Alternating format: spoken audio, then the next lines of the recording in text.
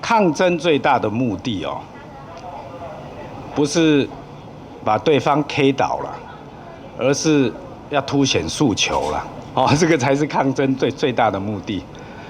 那我们要凸显的诉求是什么？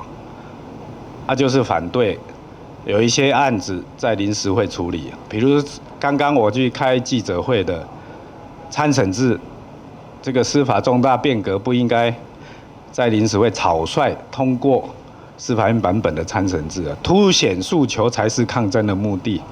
所以我们抗争，那更重要一个目的就是反对陈菊担任监察院院长。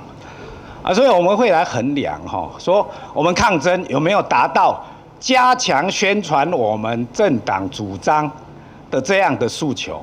如果有达到，那就有一定的成果。当然过程当中很多值得去检讨的缺失啦，包括你的进场、你的过程和你的退场，当然有很多需要检讨的。那各界的批评，我们都虚心检讨，那作为下一次抗争改进的方向。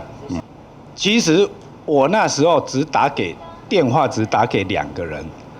我跟民进党党团在抗争当中都没有所谓的协商嘛，只有是我主动打给林志嘉跟尤院长，我只问他们说，惯例上还有法上面开灯开冷气的事情是怎么样规定的？如果有你就开。后来他们给我回答说没有，那我就不要开。所以这个跟大家再讲一次。好，至于能不能撑3天，看要不要暴力啦。老实讲，当民进党他们来拉扯我们，大家想象一下，我们是固守主席台，被民进党拉扯嘛。这个时候我们会挣扎，你知道吗？要不要骤急，不要让他来拉我？我们常常会陷入这样子的状况啊。所以你被拉的时候，你是被动的，3个人拉1个，那你这时候你怎么办？你被拉的人，我没有主动攻击民进党，我是抓麦克风是你3个人来拉我，我就要选择怎么样呢？我要不要反抗？我如果只是想要继续拉，一定会被拉走。